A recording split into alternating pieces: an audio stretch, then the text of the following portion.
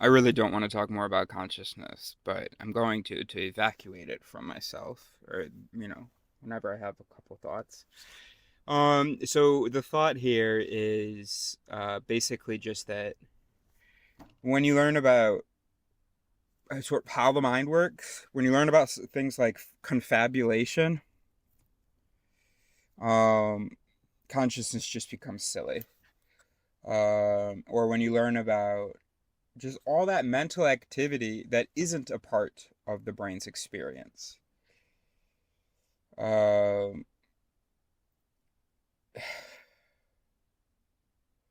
it's not easy making progress when even it seems pretty clear the consciousness thing is stupid, but people are so committed to it. And I do also have sort of the experience of being conscious. It's hard to just let go and move on. I mean, that's also just the way that I'm wired. So I'm often perturbed by thoughts about consciousness, even though I think about the mind all the time. And in none of my mind thinking does the question of consciousness come up. Or am I confused? I'm like, oh gosh, if only I had consciousness figured out, then I'd have this piece of the mind thing figured out. No. The only reason that it perturbs me is because, well, it's just stuck in there. And so every once in a while, I'm thinking about the mind, and I go, yeah, how silly that consciousness thing. So here's what I was thinking about just now. It's that, well, so the other day, I mean, because there's kind of a backlog of things that I've been avoiding, you know, talking about. It's just all so silly. And it's actually the same complaint. I was just watching a video of mine, and it's the same complaint that I made about PsyManDan, where PsyManDan, when he responds to flat earthers, and he takes their arguments or whatever as though that's all they were, that they weren't arguments coming from human brains, that they're just arguments, that they're just evidence or conclusions or whatever. And he'll respond and he'll show how the flat earthers were wrong, either in their test or in their interpretation of their evidence. And it's just so silly because flat earth, it's just such a silly thing. Um, and it's so funny, it's just weird to see this smart guy. I mean, I'm sure he makes videos about other things, but it just seems to me a shame based on what I see in my news feed. That's not a person. Oh, you can't see that, but it's got boxes to identify. Anyway, um, it's just such a shame because instead of responding to the delivery, to the output of that brain, why don't you learn and name some of the reasons that they keep delivering that? So, what are the mental mechanisms by which they are compelled to believe in a flat earth? So some of those are going to be like being anti-authority, or not having fit in their lives. But then you can also, so then that's sort of how they sort of get into it in the first place, I guess. A rejection of authority or need for belonging. But then after that, so you can identify those it's, but they're not going to want to hear that. And also there's just more also really interesting um in the it's of how, so basically here's what happens. So a flat earther is generally reasonable relative to humans, is generally reasonable, intelligent, values science and evidence. Okay, being able to claim those things and those things being partially true, though, are not actually enough, because if you're motivated, then you can be running science it's, evidence it's, critical thinking it's, skeptical it's, whatever.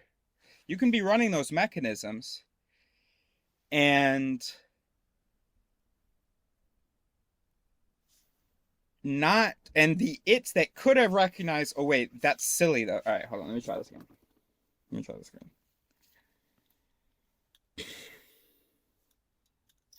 me try that again, because that's an important point. All right. So, all right. So this is the flat earther's brain.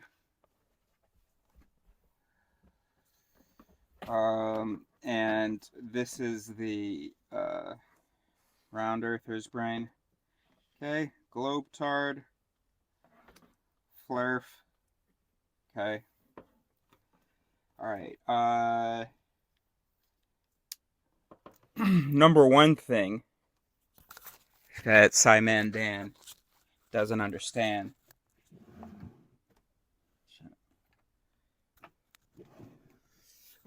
is that neither of these brains are reasonable and rational. Like, globetards don't believe in a globe because they understand physics or because they understand anything. They haven't even necessarily seen it.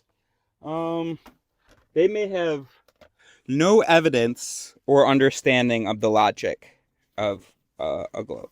And that's okay. That's honestly okay, because that's what experts are for. And that's what's great about humanity, is that we can specialize. I don't, and not, someone who isn't an astronaut or isn't, actually, there's a whole lot of things for which you need to know the shape of the Earth. But there's a whole lot more for which you don't. And so obviously we did not evolve. I mean, it's just so silly. PsyManDan, I think he really believes that all those globetards that comment on his videos, like, oh yeah, FLERFs are so stupid, that they actually have some. I wouldn't be surprised if you put your average globetard and your average committed FLERF, and take your average committed globetard, like in YouTube, right? Maybe they don't do a lot of research, but they love watching videos disproving flat Earth, let's say. Okay, no, maybe the FLERF wouldn't know more. I mean, the globetard would definitely have a lot more buzzwords and keywords, but I mean, obviously there are some that have a good understanding of why we can know that it's a globe. But what about this? Are you a globetard? All right. Without doing any research or anything, get a piece of paper, get a pen, write out why it's a globe. And maybe you'll write a lot, just like a FLERF would. Be interested in then having someone compare those and see how reasonable the two explanations were and how founded in fact they were. And I don't think that the difference would be as striking as y'all might expect. All right, so then why are there globetards and FLERFs?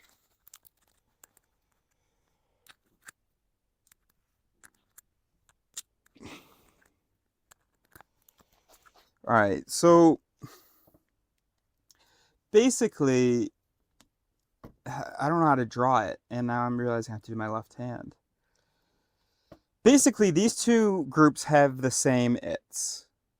There's kind of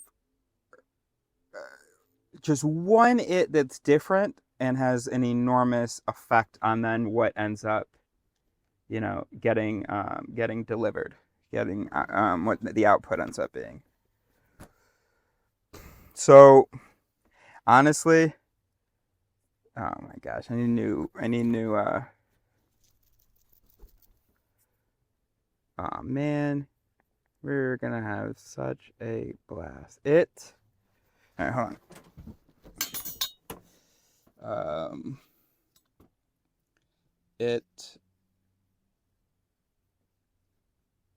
So pro. Minus it. So pro. Plus. Basically, the social proof it is stronger in globetards than flat earthers. I'm not talking about I'm not talking about the image you have in mind of someone who actually knows why we can say the globe is flat, and like in Not just who has a couple reasons, but like if they were talking to a flat earther, like here's the test really. Most globetards, if a flat earther was like, "Yo, look at this evidence that the Earth is flat," they would reject it. They wouldn't really know why. They wouldn't really be able to identify the issues, and so on.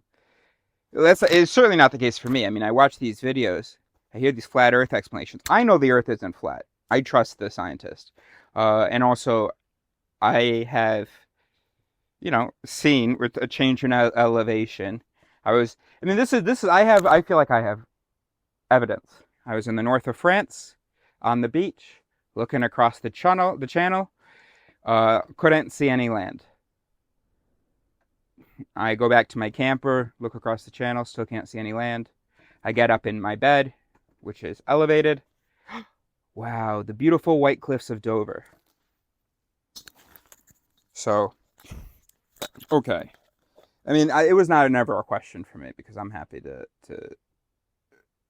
accept what the people are saying. Obviously, my social proof, it isn't super strong.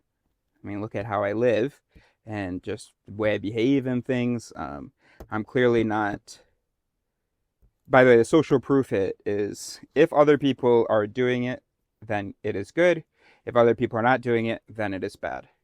And I do a lot of things other people don't do and don't do a lot of things that other people do. So I have a pretty weak thing.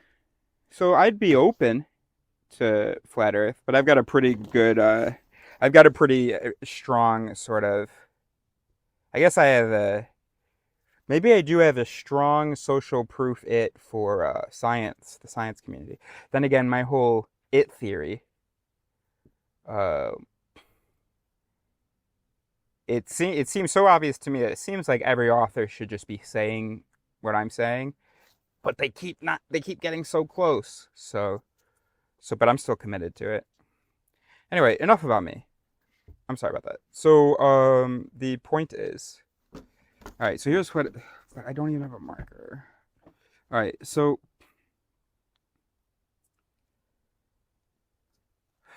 all right. All right. Oh, fuck. All right. Imagine. I'm gonna draw a bunch of X's. No, triangles. No, circles, and they're gonna be its. So you've got. Oh, fuck you.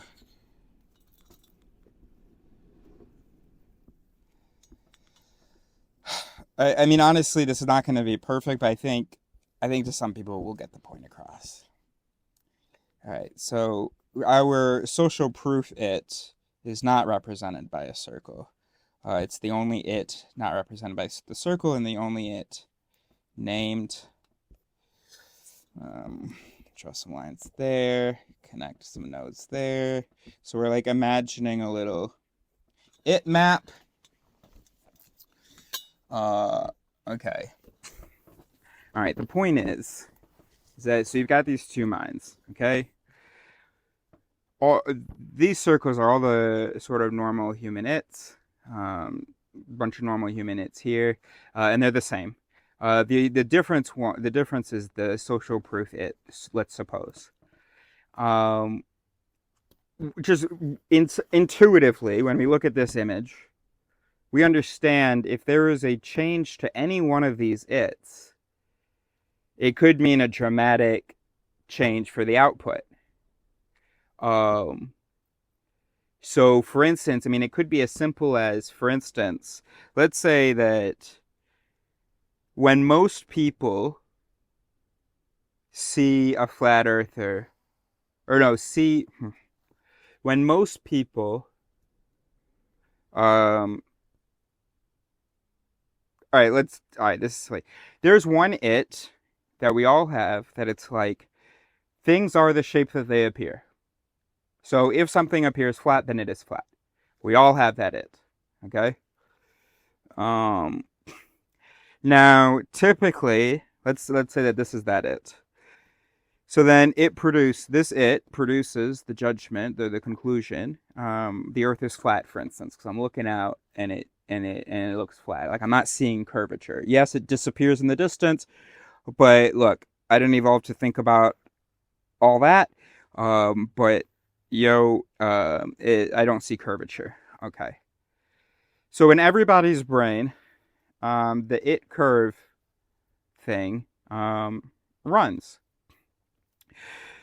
The thing is that in the Globetard brain, when the it curve says, yo, the Earth is flat, it's social proof, or, someone in that department goes, oh, no, no, no, no, that's a cringe idea, and like all normal people say that it's round. So then that shuts it down. So no, the majority says no, and that's like even culturally a little bit gross. So stop it. Shuts it down. So this doesn't have the impact. Doesn't end up producing a delivery. Gets shut down here. And then we can imagine what happens here, which is we know, and they'll admit themselves that they tend to be pretty anti-authority, pretty fringe and whatever. In other ways, they'll say that has nothing to do with their beliefs. But here's what happens: when they're I see no curvature, therefore flat runs.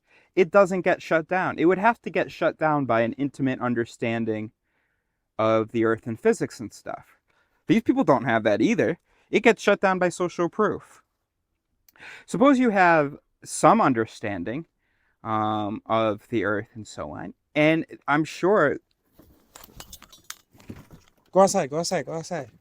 Go outside, go outside, go outside, go outside.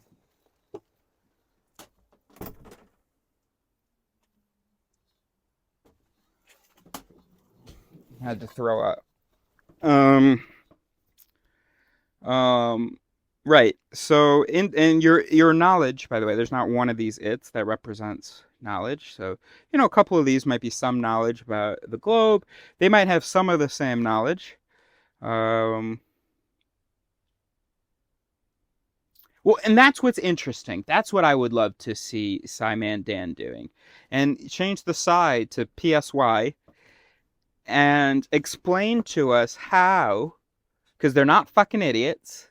They're not evil. They're not lying, because that's sometimes we'll say in these videos. I mean, at this point, you just got to believe this guy's making it up and just doing it for the money. And a lot of atheists like to think that about religious people.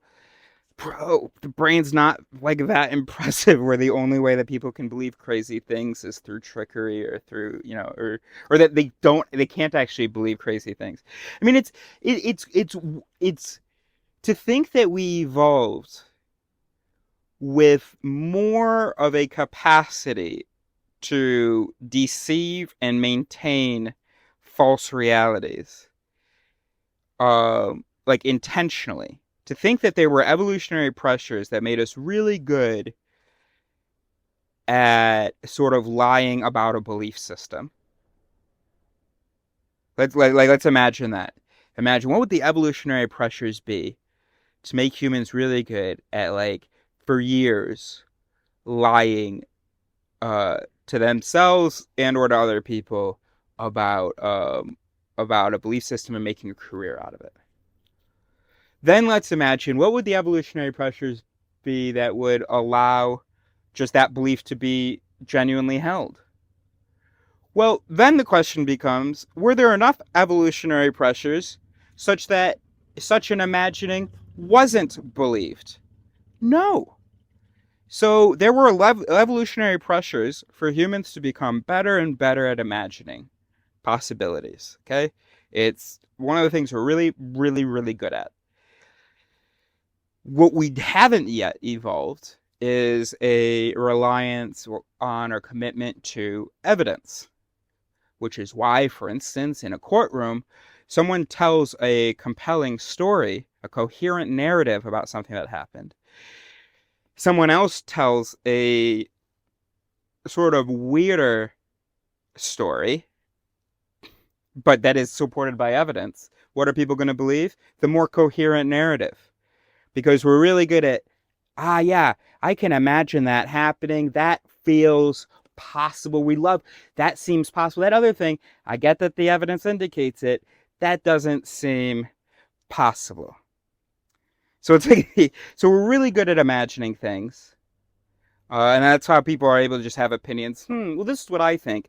And then I'll be like, okay, well, there's actually evidence to tell us. That just doesn't do anything for humans, really. Um, so anyhow, so we're just really good at imagining possibilities and not so good at following it up. And that was okay in our evolution because basically you have different members of the community each giving a possibility and then arguing for that possibility. So being, I want to prove that this is right, which is not something I would typically encourage, but on a group scale, it's okay if each person is doing that, and then you've got everybody else going, no, I don't think that's right, okay, and you have that discussion. Of course, what happens with these guys is that they're surrounded by other people who agree with them, and also who are anti-authority and stuff, so they don't, so it's like David McRaney was saying in How Minds Change, and what Steven Pinker's been saying in Rationality, that they don't get to take advantage of this cool feature of the community, which is that you say your possibility and you can be stupid and not have looked at evidence for it because someone else is going to be motivated to say that you're wrong and someone who disagrees with you, and then the community overall will find truth, hopefully, through this conflict. Now, the reason I don't typically like that, conflict between two people in a conversation, because sometimes I would like for there to be there's no conflict between the two people, there's conflict between the ideas and the two people on the same team trying to compare these ideas. And neither is committed to either idea. And then you just talk about evidence and reason and so on. So that's cool for like a pair. But if everybody's like open-minded and smart in a group, that seems like that would be a lot. I don't know. Anyway, so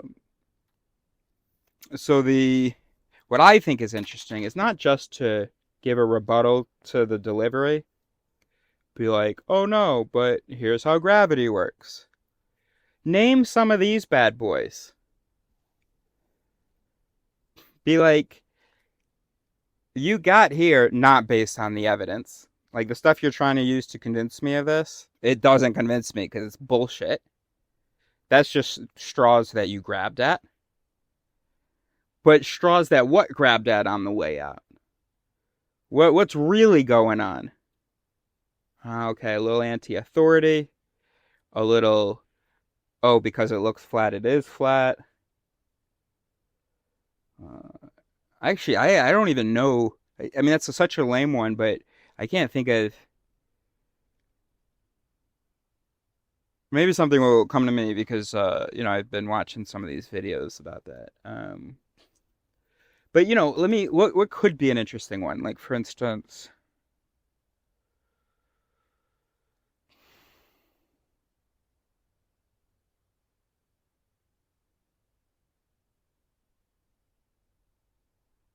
I mean, we know there's another stupid one like its speed. There are FLERFs that will say, "Hey, look, the water isn't flying off the globe. What's that all about?" And that's like a fair enough it to have. Like we expect that if something is spinning quickly, uh, then things will fly off. Because we didn't evolve to think about celestial bodies. We evolved to think about apples. So, which is why most people just only thought about apples, and there's only one guy that was like gravity. But what would be an interesting one? Like,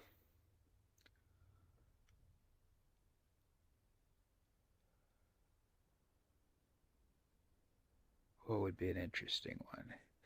I want something less. I mean, those two aren't emotional, but I do keep thinking of like emotional ones. And this can't possibly be part of it, but maybe. Like the idea of, um, I mean, it does, I guess, feel safer maybe. But what would be a good interpretive one? Maybe like, I don't know. Maybe no, because their models don't even look like maps, like the maps that we've been taught in school. Because I was gonna say that some kind of a representativeness heuristic would make the flat Earth model more compelling because it matches the maps we've looked at, but that's not true. So I don't know, I'm running out of battery, so I'm gonna go. Um, but I think that's uh, the point is that there are some of these are good its, some of these are not good its, and usually it depends on the situation, the demand anyway, what the input was, what the question was, and then and then you can evaluate how good the response matched, you know, objectives in the actual input and stuff. But so some of these are good, some of these are bad, or useful or adaptive or not.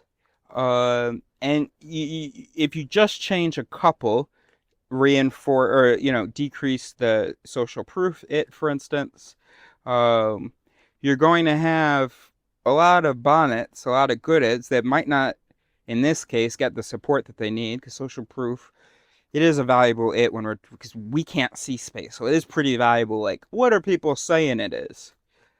Yeah. Anyway, um, and then yeah, as long as you understand that we're not. There's no like self in here. There's no like little dude in here, and then oh fuck the social proof it. No, like the dude, it's all of this, and so any weak link is going to have an effect on the whole chain reaction.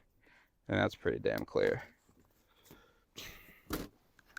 You know what's so frustrating? Let's just go until my phone dies, maybe, or will that mess up the recording? You know what's so frustrating is that I used to call it voice theory, and it's much better calling it it theory as these if-then mechanisms. You have to imagine these chains of if-thens. But so now my next project is going, or a project is going to be start creating a list of its. I mean, it's countless, it's infinite, but um, start making a list, identifying bonnets, mallets, and what were the other things that I want to put in my list?